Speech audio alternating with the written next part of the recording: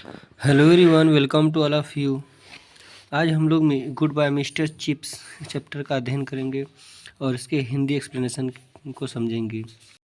Mister Chips एक school teacher थे जो कि बहुत ही मन से बड़े ही डेडिकेट होकर बच्चों को स्कूल में पढ़ाया करते थे। इसके साथ ही यह एक लोकप्रिय शिक्षक थे। ये ब्रुकफील्ड के एक बोर्डिंग स्कूल में पढ़ाते थे। आइए अब हम लोग इस चैप्टर को स्टडी करते हैं और एक्सप्लेन करते हैं। In the middle of the 19th century, there was a very prestigious academic institution known as Brookfield. 19वीं सदी के मध्य में ब्रुकफील्ड में एक बहुत ही प्रतिष्ठित अकादमी संस्थान था। When Mr. Chips joined as a Latin teacher, there was 500 unprincipled ruffians to whom the beatings of the new masters was very fine art, an exciting sport and some things of a tradition. जब mister chips यहाँ पर एक Latin शिक्षक या अध्यापक के रूप में ज्वाइन किए थे, देयर वाज 500 अनप्रिंसिपल्ड रफियन। यहाँ पे 500 अनैतिक सिद्धांतहीन बदमाश बच्चे थे। Home the beating of a new masters, एक नए शिक्षक को उत्पीड़ित करना उनकी एक कला बन चुकी थी, उनकी एक कला थी और हद तक यह उनकी परंपरा बन चुकी थी। Decent little boys individually but as a mob just pitiless and implacable. अकेले में तो बिल्कुल डिसेंट एकदम सौम्य सभ्य प्रकार के बच्चे रहते थे, बट लेकिन एज अ मॉब जब भीड़ में होते थे यानी अपने झुंड के साथ होते थे, अपने ग्रुप के साथ होते थे, just a pitiless and implacable, ये अत्यंत ही दयाहीन और कठोर चित्त वाले हो जाते थे, असभ्य हो जाते थे। The sudden hush as Chips took his place at the desk on the dais, जैसे ही मिस्टर चिप्स अपने डायस पर डेस्क पर अपना स्थान ग्रहण करते हैं, वैसे ही पूरे क्लास में अचानक एक चुप्पी साध जाती है या सन्नाटा छा जाता है। The scowl he assumed to cover his nervousness, वो अपनी त्योरी चढ़ाते हुए या मुंह बनाते हुए अपनी घबराहट को, नर्वसनेस को छुपाने का प्रयास करता है। Were indicative of an imminent explosion, जो लगभग बिल्कुल फट जाने का एक सूचक या संकेत था। Suddenly someone dropped a desk lid, अचानक किसी ने डेस्क का लिड गिरा दिया। Quickly he must take everyone by surprise and establish the authority, अचानक वह बहुत तेजी से सबका ध्यान आकर्षित करता है और सब पर नियंत्रण बना लेता है। You there in the 5th row, हाँ तुम 5वीं रो में, 5वीं लाइन में। You with the red hair, हाँ जो सफ़ेद बाल वाला लड़का है। व्हाट्स योर नेम, तुम्हारा नाम क्या है। कॉली, सर मेरा नाम कॉली है सर, श्रीमान जी। वेल, वेरी वेल, बहुत अच्छा। Colley, you have 100 lines to write, बहुत अच्छे कॉली, तुम्हें 100 लाइन लिखना है। देयर आफ्टर, फिर देयर वाज नो ट्रबल, तुम्हें कोई परेशानी नहीं होगी।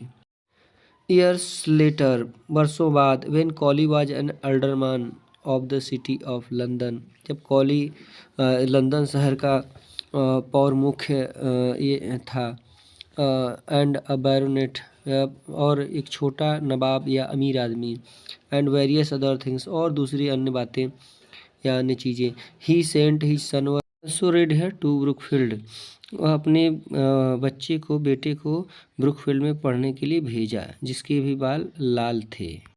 And one fine day chips told him, और एक अच्छे दिन, सुहावने दिन पर मिस्टर चिप्स ने उससे कहा, Colley, your father was the first boy I ever punished when I came here 25 year ago, जब मैं 25 साल पहले यहाँ ज्वाइन किया था तो तुम्हारे पिता वह पहले बॉयज या लड़के थे जिसको मैंने पनिशमेंट यानी दंडित किया था, पनिशमेंट दिया था या दंडित किया था।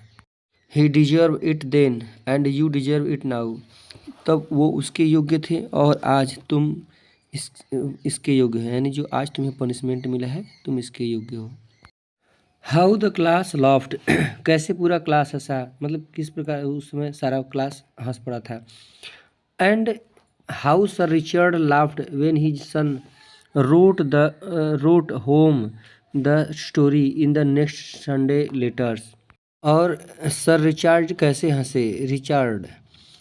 कैसे हंसे जब उनके बेटे ने अगले संडे को पत्र में उनको यह लिखा। Chips was ingeniously funny. Mister Chips बहुत ही इंजीनियस यानी चतुर मजाकिया थे। His reprimand were gentle and there was a touch of humor in the way he presented things that quite often had the errant student laughing along with the rest of the class. उनका जो रेप्रीमेंट्स यानी फटकार होता था वह भी बड़ा सौम्य बड़ा ही सुंदर तरीके से वो फटकारते थे। उनका जो टच ऑफ ह्यूमर था यानी हास्य स्पर्श या विनोद जो होता था इस प्रकार से करते थे कि जो सबसे कमज़ोर लड़का होता था वह भी क्या होता सभी बच्चों के साथ हंसने लगता था। And again many year after that और पुनः इसके कई वर्षों बाद there was an even better joke इतना बेहतरीन जोक या मजाक हुआ। For another Colley had just arrived किसी एक और दूसरे दिन कॉली जैसे ही पहुंचा एंड मिस्टर चिप्स ने कहा punctuating his remarks with the little oomph that had by then become a habit with him. के साथ वह अपनी टिप्पणी को विराम देते हुए कहा जो कि अब तक उनकी यह आदत बन चुकी थी। Colley you are a splendid example of inherited tradition. Colley तुम जैसे परंपरागत विरासत का एक बेहतरीन उदाहरण हो। I remember your grandfather he could never grasp the element of grammar. कि मुझे याद है अच्छी तरह याद है कि तुम्हारे दादाजी इस के कारण ग्रामर या व्याकरण पर अच्छी पकड़ नहीं बना सके। And your father too और तुम्हारे पिताजी भी I remember him he used to sit at that far desk by the wall. He wasn't much better either. और मुझे अच्छी तरह याद है कि तुम्हारे पिताजी भी इस के कारण वह लास्ट बेंच पर दीवार के पास बैठा करते थे। And he wasn't much better either और वह भी बहुत अच्छे नहीं थे शिक्षा में पढ़ने में।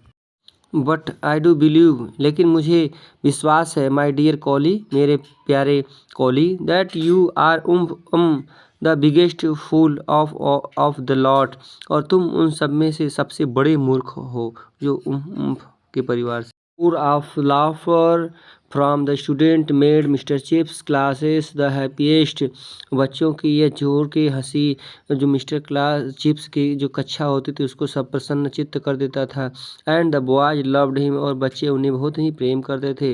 Brookfield was an old institution Brookfield बहुत ही पुरानी संस्था थी। Established in the reign of queen Elizabeth जो रानी एलिजाबेथ के समय में स्थापित की गई थी एज अ ग्रामर स्कूल एक ग्रामर विद्यालय के रूप में या शिक्षालय के रूप में। And rebuilt with large addition in the reign of George First और जॉर्ज प्रथम के शासनकाल में इसमें बहुत सारे गुणवत्ताओं में और जोड़ते हुए या बदलाव करते हुए इसे पुनः स्थापित किया गया।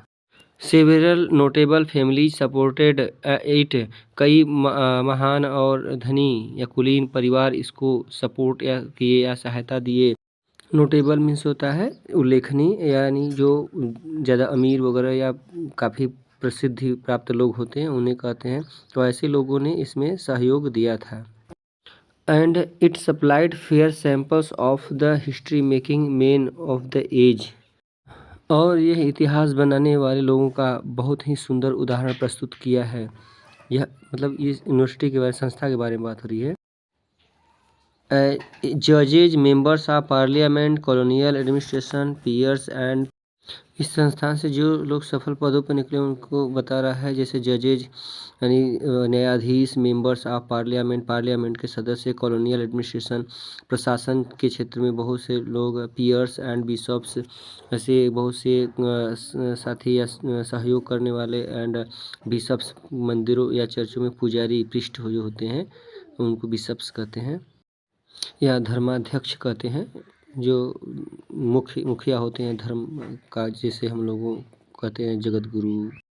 Mister chips had by 1880 become an inseparable part of institution। Mister chips 1880 तक संस्था के बहुत ही प्रेरणादायी भाग या हिस्सा बन चुके थे।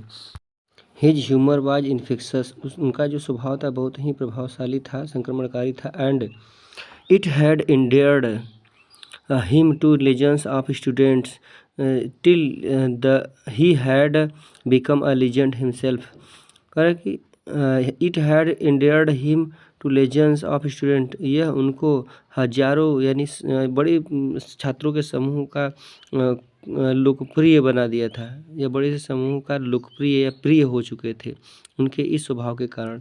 Till he had become a legend himself, अब तक वो खुद में या स्वतः एक बहुत बड़े लीजेंड्स बन चुके थे।